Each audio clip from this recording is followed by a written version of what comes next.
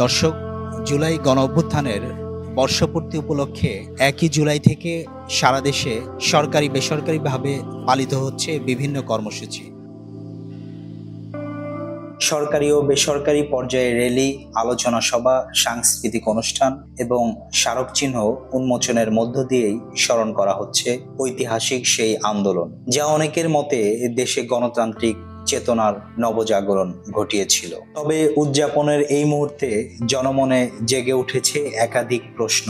July August আমাদের আন্দোলনে যে আমাদের একটা আকাঙ্ক্ষা ছিল এবং আমাদের শহীদদের যে আকাঙ্ক্ষা ছিল, ফ্যাসিস্ট মুক্ত দেশ হবে এবং সমস্ত প্রকার বৈষম্য মুক্ত আমাদের এই দেশটা হবে।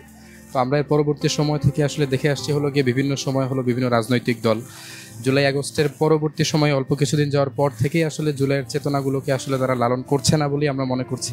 ছাত্র জনতার যে দাবির ম্যান্ডেট নিয়ে এই সরকার গঠিত হয়েছে, এই সরকারের উপর আমরা যে ব্যাপারে আস্থা রাখতে চেয়েছিলাম, ভরসা করতে চেয়েছিলাম, যে দায় নিয়ে এই সরকারের যাত্রা শুরু হয়েছে, এবং শুধু সরকারের না, যারা নিজেদেরকে অ্যান্টিফ্যাসিস্ট মনে করে, ফ্যাসিবাদী ব্যবস্থার বিরোধী মনে করেন, বিরোধী শক্তি যারা রয়েছেন, যারা দেশের মানুষের জনগণের আকাঙ্ক্ষার প্রতীক হিসেবে নিজেদেরকে স্থায়ী করতে চান, দাবি করতে চান, তাদেরও তো এটাই ম্যান্ডেট যে জনগণ যারা ফ্যাসিবাদী ব্যবস্থার বিলোপ চায়, সেই ব্যবস্থাটা, সেই সিস্টেমটা পরিবর্তনের জন্য, সেই সংস্কারটা আনার জন্য।